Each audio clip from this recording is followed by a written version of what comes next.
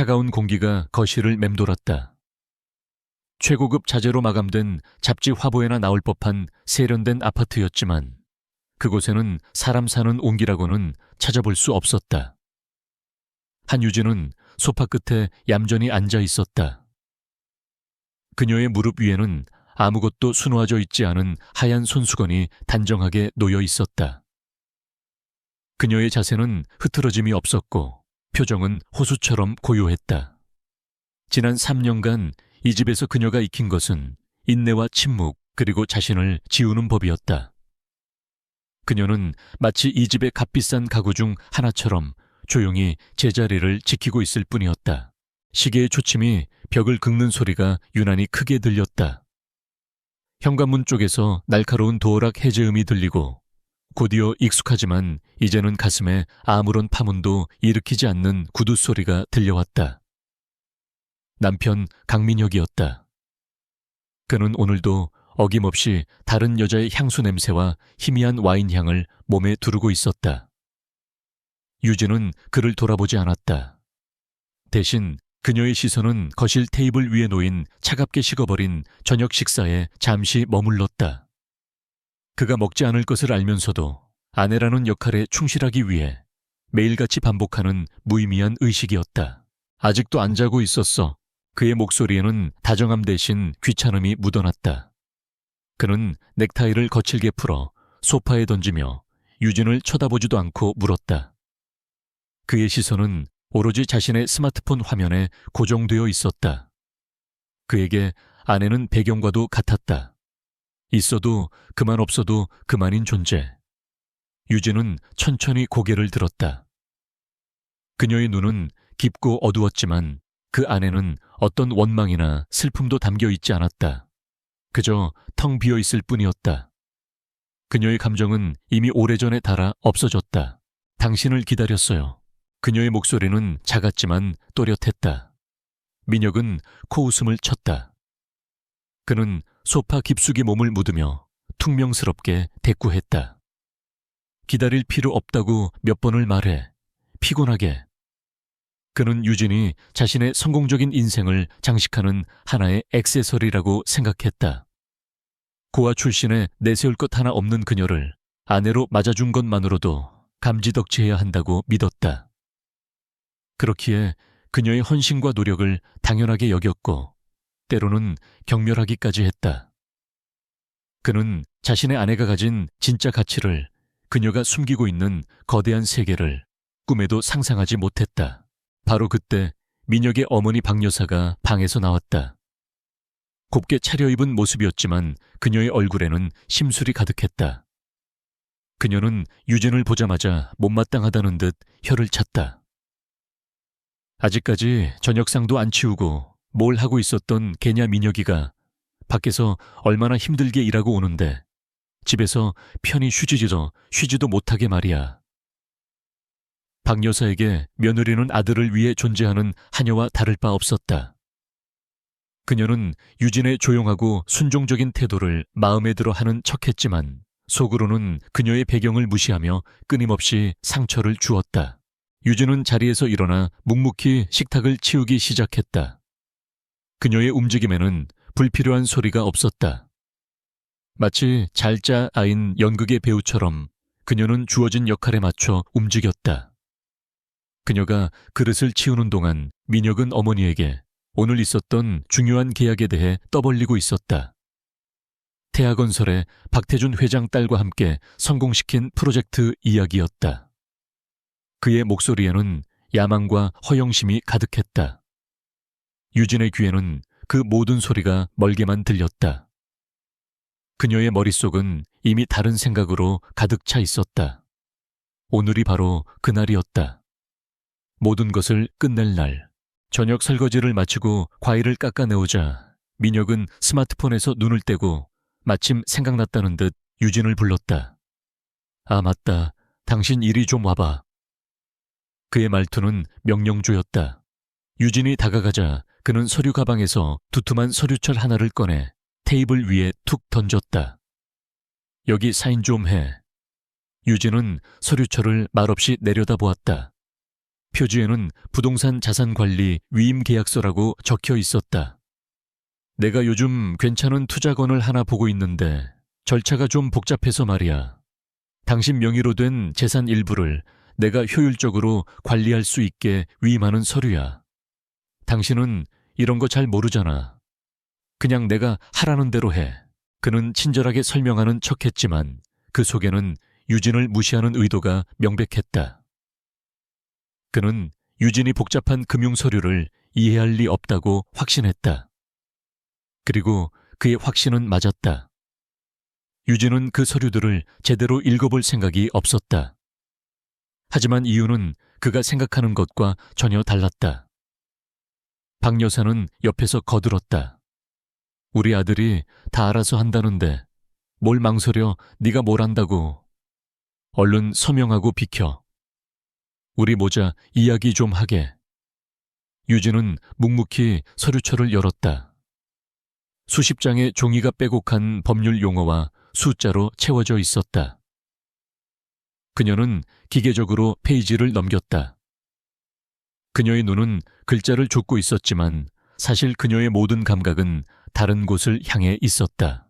페이지가 넘어갈수록 민혁의 표정에는 초조함이 어렸다. 그는 유진이 무언가 알아챌까봐 불안해하면서도 설마 하는 마음으로 그녀를 지켜보았다. 그리고 마침내 서류 뭉치 중간쯤에 교묘하게 끼워져 있는 한 장의 종이가 나타났다. 이혼 합의서. 유진의 손가락이 그 페이지 위에서 아주 잠시 거의 알아챌 수 없을 정도로 멈췄다. 위자료 없음, 재산 분할 포기, 모든 조건은 일방적으로 민혁에게 유리하게 작성되어 있었다.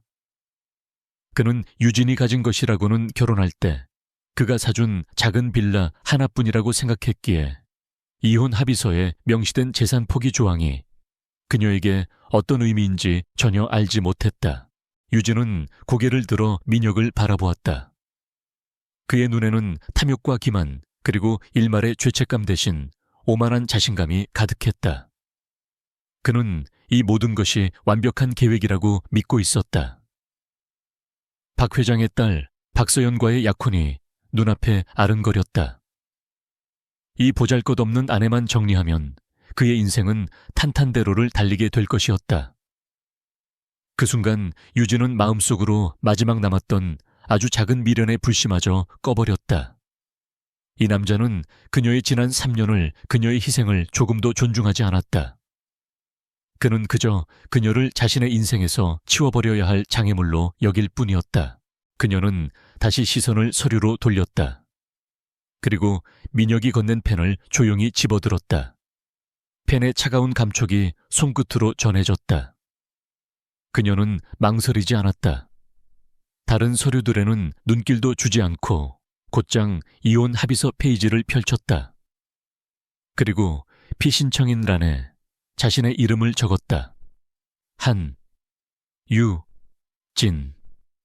그녀의 필체는 가늘었지만 단호했다. 마치 오랜 시간 동안 연습해온 것처럼 자연스러웠다.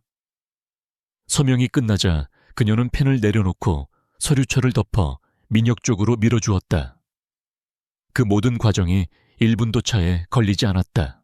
민혁은 그녀의 예상치 못한 순순한 태도에 순간 당황했지만 곧 안도와 희열에 찬 미소를 지었다. 역시 그녀는 아무것도 모르는 멍청한 여자였다. 그는 서류를 황급히 빼앗아 들고 자리에서 일어났다. 그래, 잘 생각했어. 이건 우리 모두를 위한 최선의 선택이야.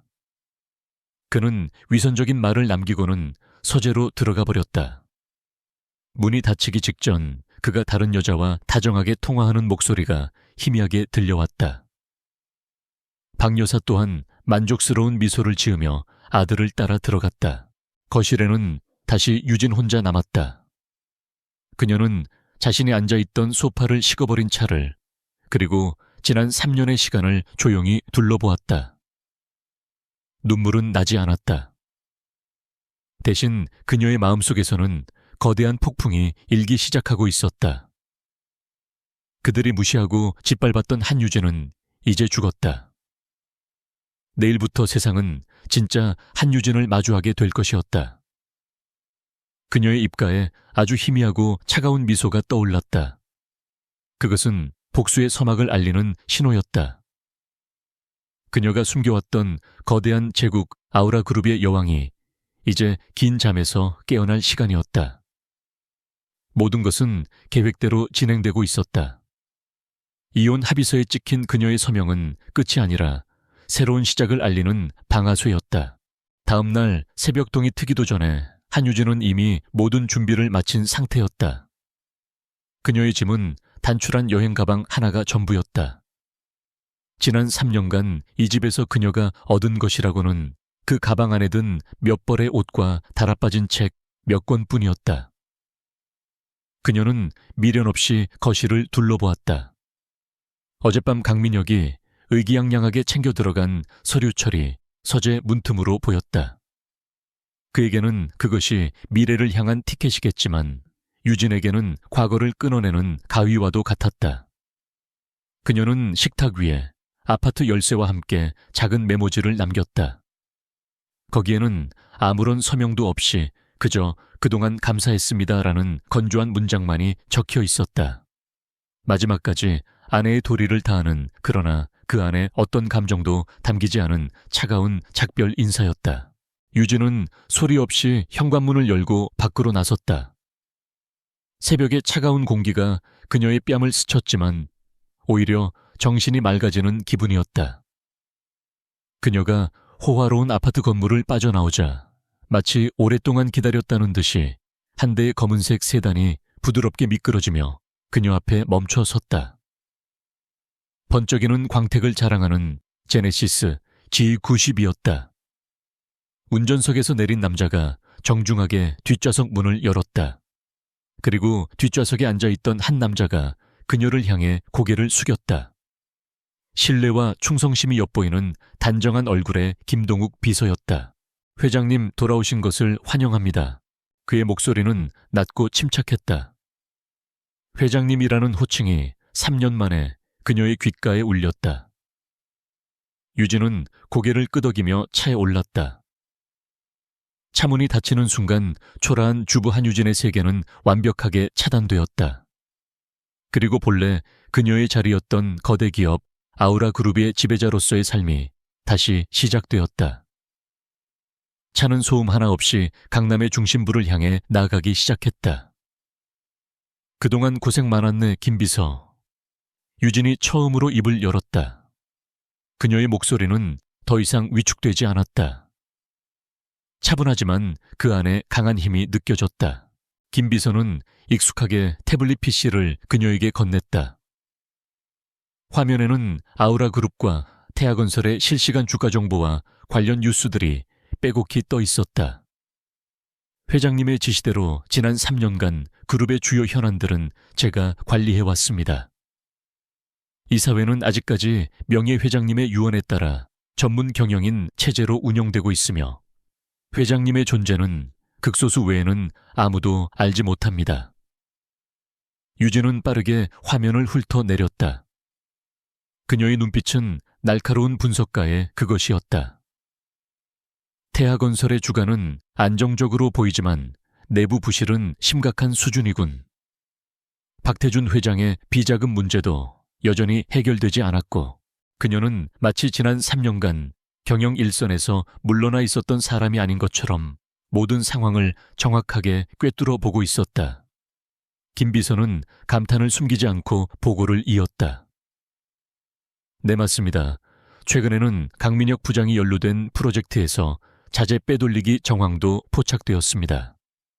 아직 수면 위로 드러나지는 않았지만 언제 터져도 이상하지 않을 시한폭탄과 같습니다.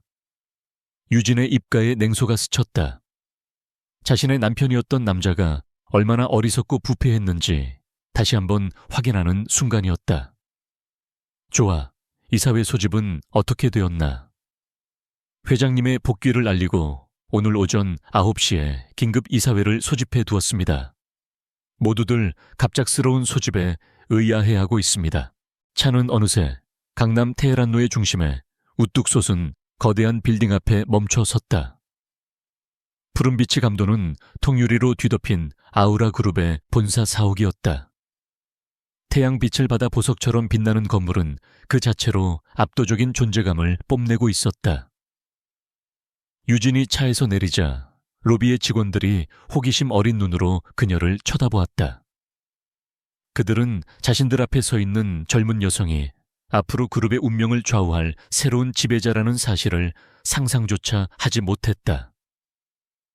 유진은 그들의 시선에 아랑곳하지 않고 김 비서의 안내를 받으며 최고층에 위치한 회장실 전용 엘리베이터로 향했다. 오전 9시 정각 아우라 그룹의 심장부인 대회의실에는 긴장감이 감돌았다. 그룹의 핵심 임원들이 모두 모여 앉아 갑작스러운 긴급 이사회의 목적에 대해 수군거리고 있었다. 바로 그때 회의실의 육중한 문이 열리고 김동욱 비서와 함께 한 여성이 들어섰다. 심플하지만 최고급 원단으로 만들어진 검은색 정장을 입은 유진의 모습에 모든 임원들의 시선이 집중되었다. 그녀의 젊고 아름다운 외모에 몇몇은 놀라움을, 몇몇은 의구심을 드러냈다. 김 비서가 회의 테이블 상속으로 유진을 안내한 뒤 침착한 목소리로 입을 열었다. 여러분께 아우라 그룹의 새로운 회장님, 한유진 회장님을 소개합니다. 그 말이 떨어지자마자 회의실은 찬물을 끼얹은 듯 조용해졌다. 이어서 김 비서는 선대 회장이었던 유진의 할아버지가 남긴 유언장과 주식 상속에 관한 법적 서류들을 스크린에 띄웠다 읽었다. 유진이 아우라 그룹의 절대적인 지분을 소유한 합법적인 후계자이자 새로운 총수임을 증명하는 명백한 증거였다. 하지만 웅성거림은 쉽게 가라앉지 않았다. 특히 선대 회장 시절부터 그룹에 몸담아 온 보수적인 임원 중 한 명인 최 이사가 노골적으로 불만을 터뜨렸다. 김 비서, 이게 무슨 말도 안 되는 소리요. 이렇게 젊은 분이, 그것도 경영 경험도 전무해 보이는 분이 어떻게 이 거대한 그룹을 이끈단 말이오. 그의 말에는 유진의 나이와 성별에 대한 멸시가 담겨 있었다. 모든 시선이 유진에게로 향했다. 그녀가 이 첫 번째 시험을 어떻게 통과할지 모두가 숨죽여 지켜보고 있었다. 유진은 최 이사를 똑바로 바라보았다. 그녀의 눈빛은 흔들림이 없었다. 최 이사님 말씀에 일리가 있습니다. 저는 어리고 지난 3년간 경영에 참여하지도 않았죠. 그녀는 차분하게 말을 시작했다. 그리고는 최 이사를 향해 한 걸음 다가서며 말을 이었다. 하지만 제가 자리를 비운 사이 이사님께서 주도하신 동남아 리조트 개발 사업의 수익률이 예상치의 60%에도 미치지 못하고 있다는 보고를 받았습니다. 현지 법규에 대한 이해 부족과 무리한 공사기간 단축이 원인이었다고 하더군요. 제가 3년간 자리를 비웠음에도 그런 기본적인 실수는 파악할 수 있는데 이사님께서는 어떻게 생각하십니까? 그녀의 목소리는 조용했지만 회의실 전체를 얼어붙게 만들었다. 최 이사의 얼굴은 붉게 달아올랐다. 유진이 그룹의 가장 아픈 부분을, 그것도 자신의 치부를 정확하게 찔렀기 때문이었다. 아무도 그녀가 모든 것을 파악하고 있을 것이라고는 예상하지 못했다. 유진은 말을 멈추지 않았다. 그녀는 스크린을 가리키며 다른 임원들의 문제점들까지 조목조목 짚어냈다. 그녀의 분석은 날카로웠고 대안은 명쾌했다. 순식간에 회의실의 분위기는 그녀에게 압도되었다. 의심과 불만은 사라지고 경외와 두려움이 그 자리를 채웠다. 마침내 자신의 권위를 완벽하게 세운 유진은 회의의 본론으로 들어갔다. 스크린에는 태아건설의 로고가 크게 떠올랐다.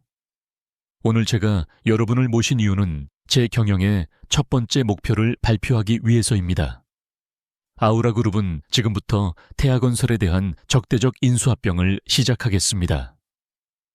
회의실은 다시 한번 충격에 휩싸였다. 태아건설은 건설업계의 강자였고 그 누구도 아우라 그룹이 갑자기 건설업에 뛰어들 것이라고는 생각하지 못했다. 유진은 흔들리지 않고 자신의 계획을 설명했다. 태아건설은 겉보기에는 견실하지만 내부적으로는 부패와 비리로 썩어 들어가고 있습니다. 이런 부실 기업을 인수하여 우리의 자본과 투명한 경영 시스템으로 정상화시킨다면 건설 시장에 새로운 바람을 일으키는 동시에 그룹의 새로운 성장 동력을 확보할 수 있을 겁니다. 그녀의 설명에는 개인적인 복수심은 단 한마디도 담겨 있지 않았다. 오직 냉철한 사업적 판단과 미래에 대한 비전만이 존재했다. 치밀하고 대담한 그녀의 계획에 임원들은 더 이상 아무런 이의도 제기하지 못했다. 회의가 끝난 후 유진은 회장실로 돌아왔다. 통유리창 너머로 서울의 정영이 한눈에 들어왔다. 3년 전 할아버지의 유언에 따라 이 자리를 떠날 때 그녀는 반드시 더 강해져서 돌아오겠다고 다짐했었다. 이제 그녀는 자신의 왕좌로 돌아왔다. 그리고 잔인한 사냥의 시작을 알렸다. 강민혁 그리고 그가 속한 부패한 세계는 아직 아무것도 모르고 있었다. 자신들의 머리 위로 드리워진 거대한 그림자의 주인이 그들이 가장 하찮게 여겼던 한 여자라는 사실을. 유진의 눈이 차갑게 빛났다. 게임은 이제 막 시작되었다. 강민혁의 세상은 찬란하게 빛나고 있었다. 족쇄처럼 느껴졌던 결혼 생활을 마침내 청산한 그는 날개 돋친 듯 자유를 만끽했다. 한유진이 떠난 집은 더 이상 텅 비어 보이지 않았다. 그곳은 곧 박서연과 함께 꾸밀 새로운 미래의 화려한 무대였다. 그는 청담동의 최고급 라운지집에서 친구들과 예비 약혼녀 박서연을 불러 모아 성대한 파티를 열었다. 값비싼 샴페인이 물처럼 터져나왔고 사람들의 웃음소리와 아첨이 그를 둘러쌌다. 그는 이 모든 것의 중심에서 의기양양하게 빛나고 있었다. 미녀가 정말 대단하다. 태아건설 박태준 회장님의 사위가 되다니 이제 내 인생은 탄탄대로구나. 한 친구가 부러움이 가득한 목소리로 말했다. 민혁은 어깨를 으쓱하며 샴페인 잔을 들어 올렸다. 이 정도는 아무것도 아니지. 이제 시작일 뿐이라고. 그의 시선은 옆에 앉은 박서연에게 향했다. 화려한 명품으로 온몸을 감싼 그녀는 도도한 미소를 지으며 그의 팔에 기댔다. 우리 아빠도 민혁 씨를 아주 마음에 들어 하셔. 조만간 회사에서도 중요한 직책을 맡게 될 거야. 민혁은 만족감에 취해 웃었다.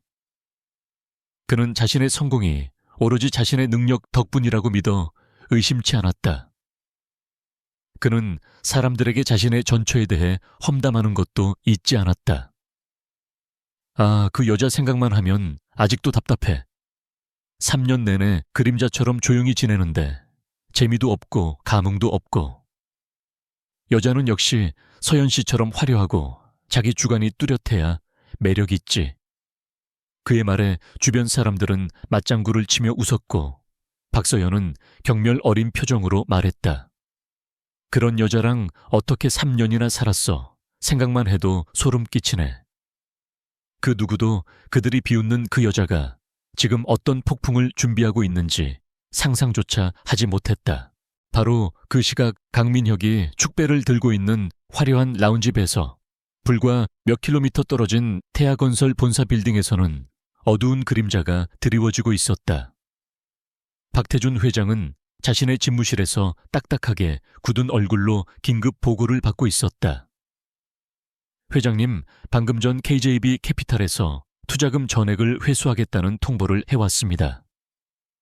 명확한 이유는 밝히지 않고 그저 내부 리스크 관리 강화라는 말만 되풀이하고 있습니다. 보고를 하는 재무팀장의 목소리는 불안하게 떨리고 있었다. KJB 캐피탈은 태아건설의 오랜 파트너이자 주요 자금줄 중 하나였다. 박태준 회장의 미간에 깊은 주름이 패였다.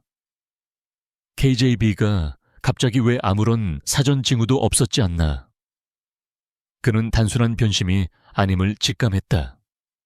설상가상으로 기획팀장마저 사색이 된 얼굴로 뛰어 들어왔다. 회장님, 큰일 났습니다. 국토교통부에서 추진하던 서해안 스마트 신도시 개발 사업자 선정이 무기한 연기되었습니다. 저희가 거의 따낸 거나 다름없었는데 익명의 투서가 접수되어 사업자 선정 과정 전반에 대한 재검토에 들어간다고 합니다. 연이은 악재에 박태준 회장은 책상을 주먹으로 내리쳤다. 도대체 누가 어떤 놈이 감히 우리 태아건설을 건드리는 거야. 그는 노련한 사업가였다. 이것이 단순한 우연이 아니라 누군가 보이지 않는 곳에서 태아건설을 겨냥해 조직적으로 공격하고 있다는 것을 깨달았다. 하지만 그는 범인을 짐작조차 할 수 없었다. 수십 년간 정재계를 오가며 수많은 적을 만들었지만 이렇게 치밀하고 조용한 방식으로 자신을 압박해오는 자는 없었다. 그는 자신의 정치적 인맥과 로비 능력이라면 어떤 위기도 해결할 수 있다고 자신했다. 하지만 이번만큼은 상대가 누구인지조차 알 수 없어 답답함과 분노가 치밀어 올랐다. 다음 날 뒤늦게 회사의 심상치 않은 분위기를 감지한 강민혁은 예비 장인에게 잘 보일 기회라고 생각했다. 그는 자신만만하게 박태준 회장을 찾아갔다. 회장님, KJB 캐피탈 문제는 제가 해결해 보겠습니다. 제가 우리은행 부행장과 친분이 두텁습니다. 우리은행에서 브릿지론을 확보하여 급한 불을 끌 수 있을 겁니다. 박태준은 그의 당돌함이 마음에 들었다. 오, 강 부장, 자네라면 믿을 수 있지. 한번 해보게. 민혁은 의기양양하게 우리은행으로 향했다. 부행장과의 만남은 순조롭게 진행되는 듯 했다. 하지만 대출 심사에 들어가자 분위기는 급변했다. 부행장은 난처한 표정을 지으며 입을 열었다. 강 부장 미안하게 됐네. 태아건설의 최근 신용 등급 전망이 갑자기 부정적으로 조정되었네. 이 상태로는 본사 승인을 받기가 어렵겠어. 민혁은 찬물을 맞은 듯한 표정을 지었다. 네, 갑자기 부정적이라니요. 어제까지만 해도 안정적이었지 않습니까? 하지만 은행의 입장은 단호했다. 그는 결국 빈손으로 은행을 나와야 했다. 태어나서 처음으로 느껴보는 무력감이었다. 하지만 그의 오만함은 그 원인을 외부에서 찾게 만들었다. 그는 경쟁사인 대형건설의 비열한 수작일 것이라고 단정했다. 한편 아우라그룹의 컨트롤 타워인 회장실은 전쟁지휘 본부와도 같았다. 거대한 스크린에는 수십 개의 금융 데이터와 뉴스피드, 그리고 암호화된 통신 채널이 쉴 새 없이 움직이고 있었다. 한유진은 그 모든 것을 한눈에 파악하며 침착하게 지시를 내리고 있었다. 그녀의 곁에는 김비서와 그룹 내에서 차출된 소수의 핵심 엘리트 팀원들이 일사불란하게 움직이고 있었다. 그들의 얼굴에는 긴장감과 함께 새로운 리더에 대한 강한 신뢰가 어려 있었다. 심리 김비서 태아건설의 협력업체들 리스트를 다시 분석하세요. 분명 재무구조가 취약한 곳들이 있을 겁니다. 그곳들을 우리 쪽 자회사로 인수해서 공급망을 먼저 장악하세요. 자금은 얼마든지 지원하겠습니다. 네, 회장님. 그리고 이 팀장 언론사에 우리가 확보한 태아건설의 비자금 관련 자료 중 가장 가벼운 것부터 하나씩 흘리세요. 너무 직접적이지 않게 시장에 의심의 씨앗을 뿌리는 정도로만. 박태준이 혼란스러워하도록 만들어야 합니다. 유진의 전략은 무차별적인 폭격이 아니었다. 그것은 상대의 가장 약한 고리를 정밀하게 타격하는 외과 수술과도 같았다. 그녀는 막대한 자금력을 이용해 상대를 찍어 누르는 대신 정보와 심리전, 그리고 합법적인 금융기법을 동원해 태아건설의 기반을 서서히 하지만 확실하게 무너뜨리고 있었다. 그녀의 공격은 흔적을 남기지 않았기에 박태준과 강민혁은 안개 속에서 허우적거릴 뿐이었다. 태아건설 내부에서는 연이은 악재에 서로를 의심하고 비난하는 목소리가 높아지기 시작했다. 견고해 보였던 제국에 균열이 생기기 시작한 것이다. 시간이 흐를수록 태아건설을 둘러싼 불확실성은 눈덩이처럼 불어났다. 주가는 연일 하락했고 직원들은 동요했으며 계약은 줄줄이 취소되었다. 강민혁과 박태준은 사태를 수습하기 위해 동분서주했지만 그들의 노력은 보이지 않는 거대한 파도 앞에서 모래성을 쌓는 것과 같았다. 그들은 여전히 자신들을 공격하는 상대가 누구인지, 왜 공격하는지 전혀 알지 못했다. 그저 미지의 적에 대한 공포심만이 그들을 잠식하고 있었다. 그러던 어느 날 재계 전체를 뒤흔드는 뉴스가 발표되었다. 서울에서 개최되는 아시아 미래 경제 포럼의 기조 연설자로 그동안 베일에 쌓여 있던 아우라 그룹의 신임 회장이 처음으로 공식 석상의 모습을 드러낸다는 소식이었다. 아우라 그룹은 막강한 자금력과 영향력에도 불구하고 총수가 한 번도 외부에 노출된 적이 없어 재계의 미스터리로 남아있던 기업이었다. 그 신비로운 인물의 등장은 모든 기업인들의 초미의 관심사였다. 이 소식은 절망에 빠져있던 박태준과 강민혁에게도 전달되었다. 그들은 아우라 그룹이라는 거대한 존재를 어려운 상황을 타게 할 새로운 동아줄로 여겼다. 잘됐다. 이번 포럼에서 어떻게든 아우라 그룹 회장과 연주를 만들어야 해. 그들의 투자를 유치할 수만 있다면 이 모든 위기를 단번에 뒤집을 수 있어. 박태준은 흥분했고 강민혁 역시 새로운 야망에 불탔다. 그들은 자신들이 마주하게 될 아우라 그룹의 회장이 누구일지 상상조차 하지 못한 채 그날이 자신들의 심판의 날이 될 것이라는 것도 모른 채 마지막 희망을 품고 포럼장으로 향할 준비를 시작했다. 거대한 폭풍이 마침내 그들 눈앞으로 다가오고 있었다. 아시아 미래 경제 포럼이 열리는 컨벤션 홀은 재계와 정계의 거물들로 인산인해를 이루었다. 수많은 기자들의 카메라 플래시가 쉴 새 없이 터졌고 홀 안은 이번 포럼의 하이라이트인 아우라 그룹 회장의 연설에 대한 기대로 뜨겁게 달아오르고 있었다. 강민혁과 박서연 그리고 박태준 회장은 가장 좋은 자리에 앉아 있었다. 값비싼 정장으로 한껏 멋을 낸 민혁은 자신감에 차 있었고 박태준 회장은 어떻게든 아우라 그룹 회장에게 접근할 기회를 엿보고 있었다. 그들에게 이 자리는 재기를 위한 마지막 희망의 동아줄이었다. 아빠, 저 사람이 정말 대단한 사람이야. 다들 저렇게 호들갑을 떠내. 박서연이 지루하다는 듯이 말했다. 박태준 회장은 그런 딸을 나무라며 낮은 목소리로 말했다. 서연아, 아우라 그룹은 우리가 상상하는 것 이상의 제국이야. 그 회장의 눈에만 들 수 있다면 태아건설이 겪고 있는 이깟 위기는 단번에 해결할 수 있어. 민혁은 그 말을 들으며 의기양양하게 가슴을 폈다.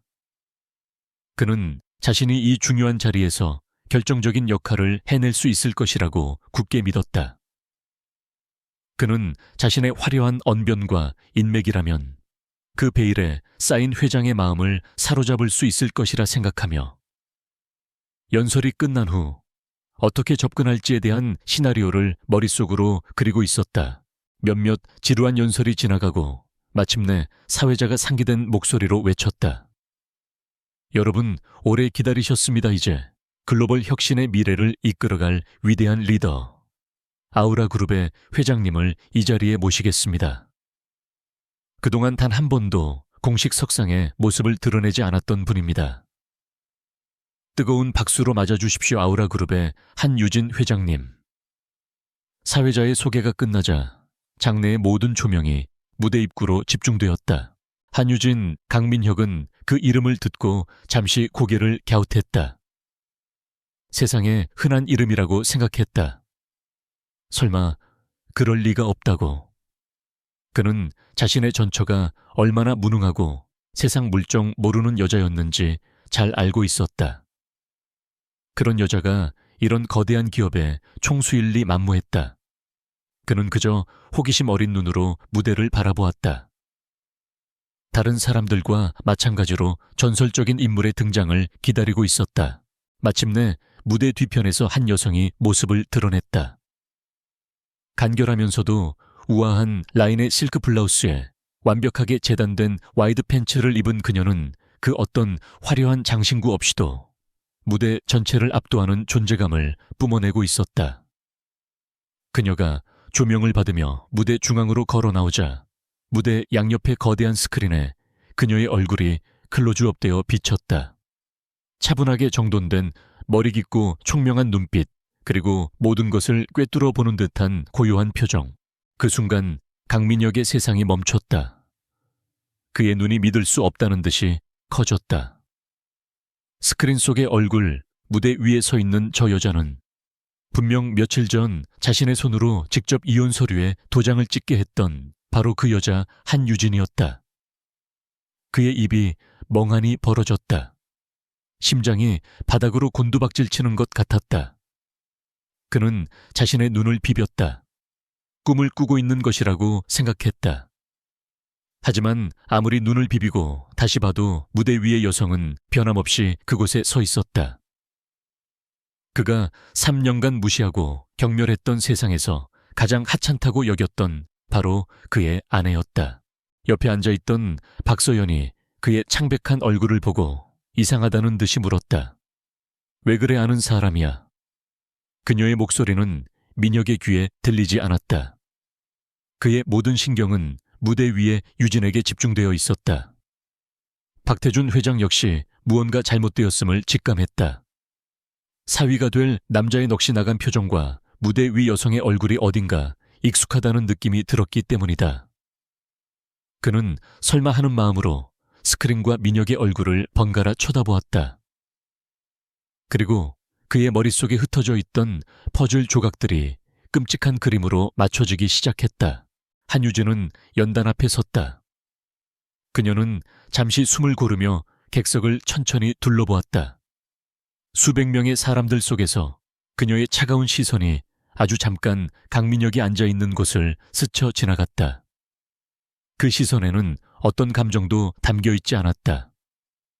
마치 길가의 돌멩이를 보는 듯한 완벽하게 무심한 시선이었다. 그것은 그 어떤 경멸이나 분노보다도 더 강민혁의 심장을 얼어붙게 만들었다. 그리고 그녀는 마이크를 잡고 입을 열었다. 그녀의 목소리는 부드러웠지만 거대한 홀 전체를 가득 채울 만큼 힘이 있었다. 존경하는 내외 귀빈, 여러분 아우라 그룹의 회장 한유진입니다.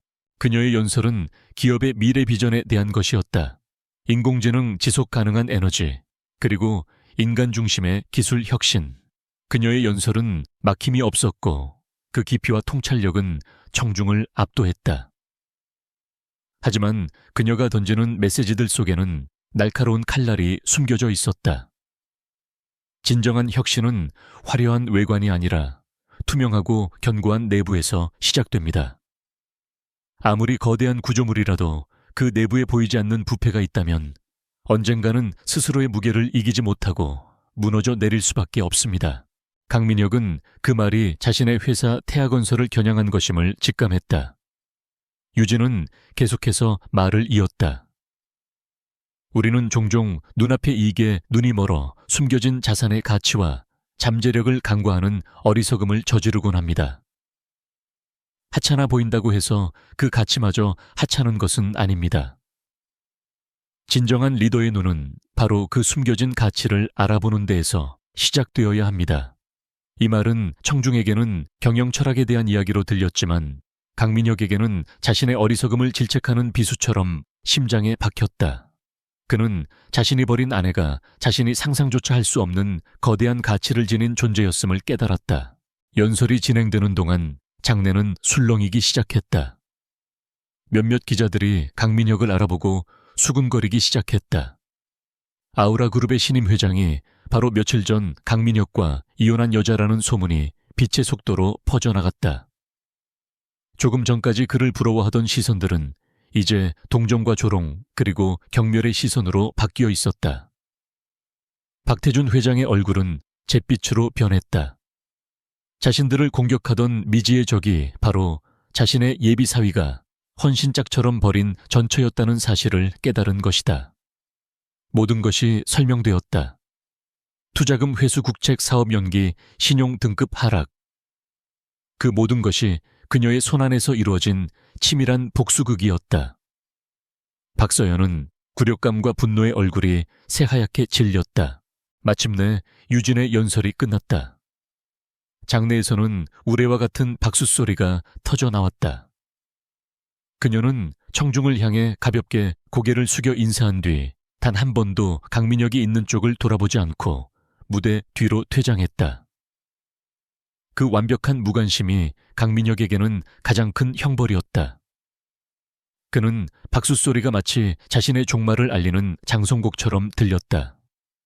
수많은 카메라 플래시가 터지고 있었지만 그는 처음으로 그 자리에서 영원히 사라지고 싶다는 생각을 했다. 그의 심판의 날은 가장 화려한 무대 위에서 그렇게 시작되고 있었다. 한유진의 연설이 끝나자마자 포럼 현장은 아수라장이 되었다. 강민혁과 박태준 회장 박서연은 굶주린 하이에나 떼처럼 몰려든 기자들에게 순식간에 포위당했다. 수십 개의 마이크와 카메라가 그들의 얼굴 바로 앞까지 밀려 들어왔다. 강민혁 씨 전 부인이 아우라그룹 회장이었다는 사실을 정말 몰랐습니까? 박태준 회장님, 태아건설이 최근 겪고 있는 위기가 이 이혼과 관련이 있는 것 아닙니까? 박서연 씨, 강민혁 씨와의 약혼은 예정대로 진행되는 겁니까? 질문들이 폭포수처럼 쏟아졌지만 그들은 아무 대답도 할 수 없었다. 굴욕감과 당혹감에 얼굴이 벌겋게 달아오른 채 경호원들의 도움을 받아 겨우 기자들을 해치고 빠져나올 수 있었다. 주차장으로 가는 내내 침묵이 흘렀다. 아무도 입을 열지 않았지만 차가운 분노와 경멸의 공기가 그들 사이를 맴돌았다. 마침내 차에 올라타자마자 박태준 회장에 억눌렸던 분노가 폭발했다. 하지만 그는 소리를 지르지 않았다. 대신 얼음처럼 차가운 목소리로 강민혁을 향해 말했다. 자네는 걸어다니는 재앙 덩어리야. 그 목소리에는 경멸과 혐오가 가득했다. 어떻게 그런 엄청난 여자를 옆에 두고도 몰라볼 수가 있지? 자네의 그 어리석음 때문에 내 평생의 노력이 물거품이 될 지경이야. 박서연 역시 히스테릭하게 소리치기 시작했다. 당신 때문에 내 얼굴을 못 들고 다니겠어. 사기꾼 어떻게 나한테 이럴 수가 있어. 당신 같은 빈털터리 사기꾼이랑 내가 약혼까지 했다는 게 믿기지가 않아. 강민혁은 아무런 변명도 할 수 없었다. 그의 머릿속은 하얗게 비어 있었다. 그는 그저 충격과 공포에 사로잡혀 떨고만 있었다. 박태준 회장은 운전기사에게 명령했다. 차 세워. 차가 도로 갓길에 멈춰서자 그는 강민혁을 향해 턱짓을 했다. 내려. 오늘부로 자네와 서연이의 약혼은 없던 걸로 하겠네. 그리고 내일 당장 회사에 사표 제출해. 다시는 내 눈앞에 나타나지 마. 그것은 사형 선고나 다름없었다. 강민혁은 쫓겨나듯 채서 내팽개쳐졌다. 그가 내리자마자 차는 미련 없이 매연을 내뿜으며 사라져버렸다. 화려한 정장을 입은 그는 텅 빈 도로 위에 혼자 덩그러니 남겨졌다. 조금 전까지 재계의 신데렐라를 꿈꾸던 그의 신세는 한순간에 길거리에 버려진 개만도 못하게 되었다. 그의 든든한 동아줄이었던 박태준 회장과 박서연은 그가 쓸모없어지자마지 가차없이 그를 버렸다.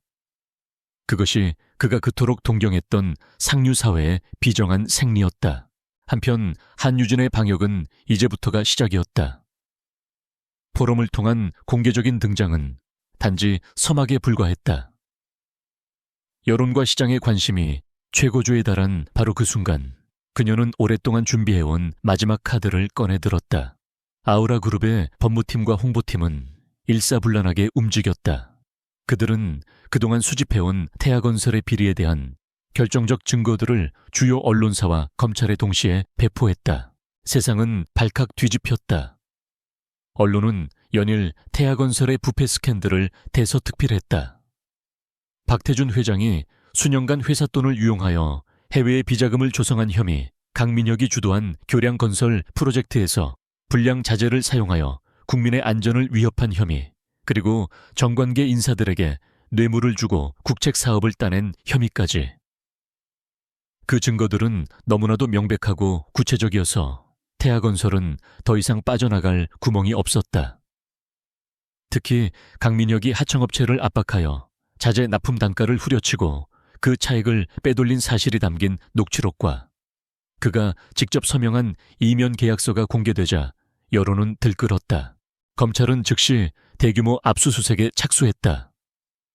태아건설 본사와 박태준 회장의 자택 그리고 강민혁의 사무실에 검사와 수사관들이 들이닥쳤다. 서류 상자들이 쉴 새 없이 실려나갔고 회사의 모든 금융거래는 동결되었다. 태아건설의 주가는 휴지 조각이 되었고 결국 거래 정지 처분을 받았다. 은행들은 앞다투어 대출금을 회수하기 시작했고 협력업체들은 등을 돌렸다. 부패와 탐욕 위에 세워졌던 거대한 종이제국은 불과 며칠 만에 폭삭 무너져 내렸다. 강민혁의 개인적인 삶 역시 처참하게 파괴되었다. 그는 당연히 회사에서 불명예스럽게 해고당했다. 그의 이름은 부패하고 무능한 경영인의 대명사처럼 뉴스에 오르내렸다. 어제까지 그에게 아첨하며 술을 사던 친구들과 동료들은 이제 그의 전화를 받지 않았다. 그는 필사적으로 도움을 청하려 했지만 모두가 그를 외면했다. 그는 사회적으로 그리고 직업적으로 완벽하게 고립되었다. 박태준 회장이 사준 고급 아파트와 외제차는 모두 압류당했다. 그가 그토록 소중하게 여겼던 모든 것들이 신기루처럼 사라져버렸다. 결국 그는 가진 돈을 모두 털어 허름한 모텔에 작은 방을 구했다. 퀴퀴한 냄새가 나는 방 안에서 그는 낡은 텔레비전을 멍하니 바라보고 있었다. 화면 속에서는 단정하고 지적인 모습의 한유진이 기자회견을 하고 있었다. 그녀는 부도 처리된 태아건설의 우량 자산을 아우라 그룹이 인수하여 투명성과 신뢰를 바탕으로 한 기업으로 재건하겠다는 계획을 발표하고 있었다. 그녀의 차분하고 아름다운 얼굴이 화면을 가득 채웠다. 강민혁의 눈에는 그 모습이 마치 자신의 모든 것을 빼앗아간 냉혹한 사형 집행인처럼 보였다. 오만했던 과거의 자신은 온데간데 없이 그는 완전히 망가진 껍데기만 남은 채 절망의 나락으로 떨어지고 있었다. 몇 주가 흘렀다. 세상은 빠르게 강민혁이라는 이름을 잊어갔다. 그는 검찰의 수배를 받는 도망자 신세가 되어 어두운 뒷골목을 전전하고 있었다. 한때 그의 자부심이었던 반듯한 외모는 온데간데 없었다. 며칠은 굶은 듯 수척해진 얼굴, 퀭한 눈, 지저분한 옷차림은 영락없는 노숙자의 모습이었다. 가진 것을 모두 잃고 세상의 가장 밑바닥까지 추락한 그에게 남은 것은 오직 한유진에 대한 지독한 원망과 이해할 수 없는 의문뿐이었다. 그는 이 모든 것을 끝내기 위해 마지막 결심을 했다. 그날 밤 장대 같은 비가 도시를 적셨다. 강민혁은 비를 흠뻑 맞으며 한적한 동네에 위치한 낡은 한옥대문 앞에 서 있었다. 이곳은 한유진의 할아버지가 남긴 집이자 그녀가 가끔씩 평온을 찾기 위해 들르는 유일한 장소였다. 그가 어떻게 이곳을 알았는지는 중요하지 않았다. 절박함은 때로 사람에게 초인적인 집요함을 부여하기도 했다. 그는 거대한 아우라 그룹의 본사에는 접근할 수 없었지만 이곳이라면 그녀를 만날 수 있을 것이라고 생각했다. 마지막으로 직접 만나서 물어야만 했다. 왜? 한유진은 대청마루에 앉아 빗소리를 듣고 있었다. 그녀는 할아버지의 손때가 묻은 낡은 책을 읽고 있었다. 김 비서로부터 강민혁이 집 밖에 와 있다는 보고를 받았지만 그녀는 조금도 놀라지 않았다. 언젠가는 이런 날이 올 것이라고 예상하고 있었다. 김 비서는 경호팀을 투입하여 즉시 그를 경찰에 넘겨야 한다고 주장했지만 유진은 조용히 고개를 저었다. 아니, 내가 직접 만나지. 이것이 내가 그에게 해줄 수 있는 마지막 배려이자 모든 것을 끝내는 의식이야. 그녀는 책을 덮고 자리에서 일어나 마당으로 향하는 문을 열었다. 문이 열리고 유진의 모습이 드러나자 강민혁은 움찔하며 뒷걸음질 쳤다. 비에 젖은 생쥐 같은 자신의 모습과 고요하고 기품 있는 그녀의 모습이 극명하게 대비되었다. 그는 무슨 말을 해야 할지 몰라 잠시 망설이다가 이내 무너져 내리듯 그녀 앞에 무릎을 꿇었다. 유진 씨, 아니 회장님, 제발 용서해 주시오. 내가 다 잘못했어. 당신이 그런 대단한 사람인 줄도 모르고 내가 눈이 멀었어. 제발 검찰에만은 당신 말 한마디면 모든 걸 멈출 수 있지 않소. 제발 우리가 함께한 3년을 생각해서라도. 그는 비에 젖은 얼굴로 처절하게 애원했다. 하지만 유진의 표정에는 아무런 변화가 없었다. 그녀의 눈은 그를 동정하지도 경멸하지도 않았다. 그저 차갑게 사실을 관조할 뿐이었다. 그녀의 침묵에 절망감을 느낀 강민혁의 애원은 점차 분노로 바뀌기 시작했다. 그는 벌떡 일어나 그녀를 향해 소리쳤다. 이게 다 당신이 꾸민 짓이지 처음부터 날 파멸시킬 생각이었던 거지. 나를 갖고 노니까 재미있었나. 내 인생을 망가뜨리니까 속이 시원해. 그는 자신을 피해자로 둔갑시키려 했다.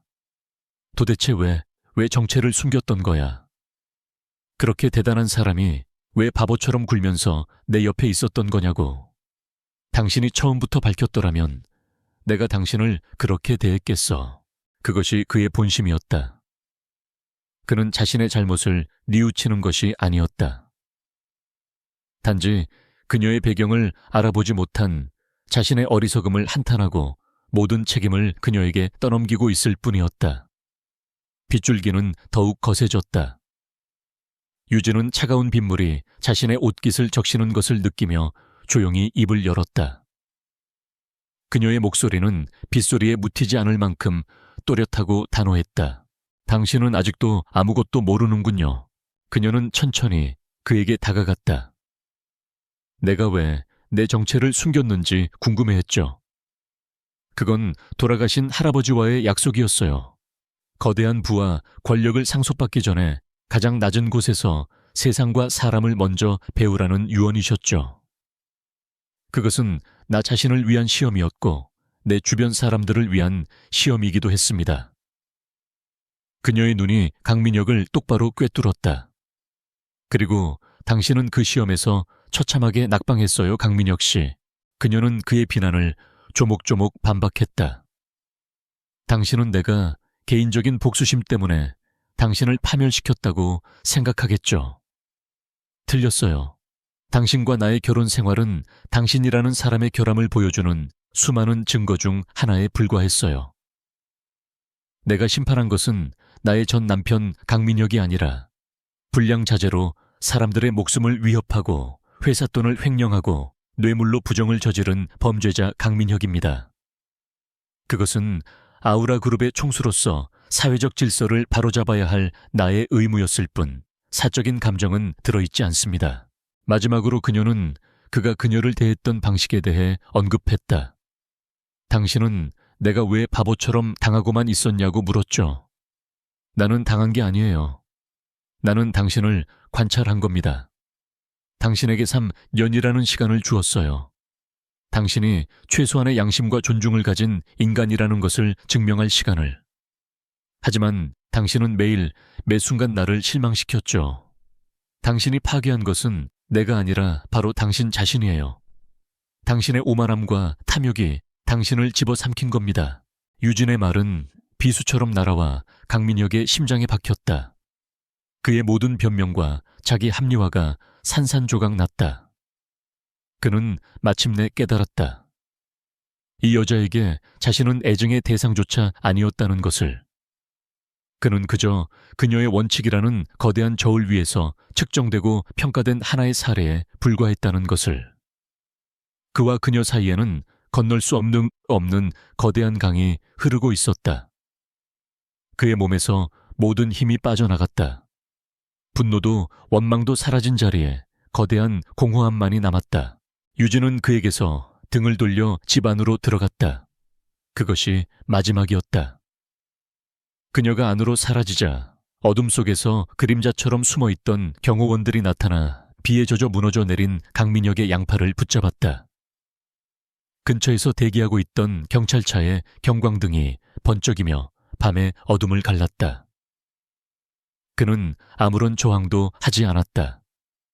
그는 자신의 심판관을 마주했고 판결은 이미 내려졌다. 빗소리가 그의 마지막 흐느낌을 삼켜버렸다. 시간은 강물처럼 흘러 모든 것을 씻어내렸다. 몇 달 후 세상을 떠들썩하게 했던 태아건설 스캔들은 사람들의 기억 속에서 점차 희미해졌다. 법의 심판은 엄정했다. 강민혁과 박태준 회장은 수년에 걸친 그들의 범죄 행위에 대한 대가를 톡톡히 치렀다. 횡령 배임 뇌물 공여 그리고 공공안전을 위협한 혐의 등으로 두 사람은 나란히 법정 최고형을 선고받고 차가운 감옥에 수감되었다.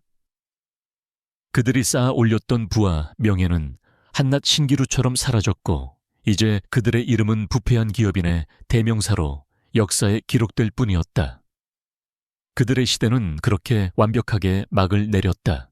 예스, 태아건설 본사 건물에는 새로운 간판이 걸렸다. 아우라, ENC, 아우라, 엔지니어링 앤 컨스트럭션. 아우라 그룹에 인수된 후 회사는 이름뿐만 아니라 모든 것이 바뀌어 있었다. 한유진의 지휘 아래 부패한 임원들은 모두 해고되었고 그 자리는 실력과 정직함을 갖춘 전문가들로 채워졌다. 과거의 수직적이고 권위적인 조직 문화는 사라지고 소통과 투명성을 중시하는 새로운 문화가 자리 잡았다. 직원들의 얼굴에는 과거의 불안과 무기력함 대신 활기와 자부심이 넘쳤다. 그들은 더 이상 부패한 상사의 눈치를 보지 않고 오직 자신의 일에만 집중할 수 있게 되었다. 한유진은 종종 이곳을 찾아 현장 직원들과 스스럼 없이 어울렸다. 그녀는 회장이라는 권위적인 자리에 앉아 보고만 받는 대신 직접 안전모를 쓰고 건설 현장을 누비며 기술자들과 의견을 나누었다. 그녀는 모든 직원의 이름을 외우려 노력했고 그들의 작은 건에 사항 하나도 허투루 듣지 않았다. 이러한 그녀의 리더십은 직원들의 마음을 움직였고 아우라 ENC는 놀라운 속도로 과거의 오명을 씻고 업계에서 가장 신뢰받는 기업으로 거듭나고 있었다. 그러던 어느 여름 예상치 못한 태풍이 남부지방을 강타했다. 기록적인 폭우와 강풍으로 인해 수많은 이재민이 발생했고 곳곳에 사회 기반 시설이 파괴되었다. 특히 문제가 된 것은 강민혁이 부실 공사를 주도했던 천군대교였다. 다리의 일부가 붕괴 직전까지 몰리면서 인근 마을 주민 수천 명의 발이 묶여 고립될 위기에 처했다. 언론은 과거 태아건설의 비리를 다시 조명하며 비난의 목소리를 높였다. 그것은 아우라 ENC가 물려받은 피할 수 없는 멍해와도 같았다. 이 위기 속에서 유진의 진정한 리더십이 빛을 발했다. 그녀는 이사회를 소집하여 긴급 안건을 상정했다. 천군대교는 우리가 해결해야 할 과거의 짐인 동시에 우리가 어떤 기업인지를 세상에 증명할 기회입니다. 아우라 ENC에는 정부 지원과 상관없이 우리 그룹의 자본을 전액 투입하여 천군대교를 복구하고 태풍 피해를 입은 지역사회 재건 사업을 시작하겠습니다. 몇몇 임원들이 막대한 비용 문제를 제기했지만 그녀의 의지는 단호했다. 단기적인 손실을 보더라도 우리는 사람의 안전과 기업의 사회적 책임을 최우선으로 해야 합니다. 이것이 바로 아우라 그룹의 경영 철학입니다. 그녀는 즉시 비상대책본부를 꾸리고 직접 현장으로 달려갔다. 그녀는 며칠 밤낮을 현장을 지키며 복구 작업을 지휘했다. 그녀는 단순히 다리를 복구하는 것을 넘어 최첨단 기술과 가장 안전한 자재를 사용하여 미래의 어떤 자연재해에도 견딜 수 있는 다리를 만들라고 지시했다. 또한 그녀는 피해 지역 주민들을 위해 임시거처와 구호 물품을 제공하고 아이들을 위한 교육시설을 마련하는 등 전방위적인 지원을 아끼지 않았다. 그녀의 진심 어린 행보의 처음에는 의심의 눈초리를 보내던 주민들도 점차 마음을 열기 시작했다. 어느 날 저녁 임시 복구된 다리 위를 걸으며 유진은 멀리서 진행되는 재건 현장을 바라보고 있었다. 김 비서가 조용히 다가와 그녀의 어깨에 외투를 걸쳐 주었다.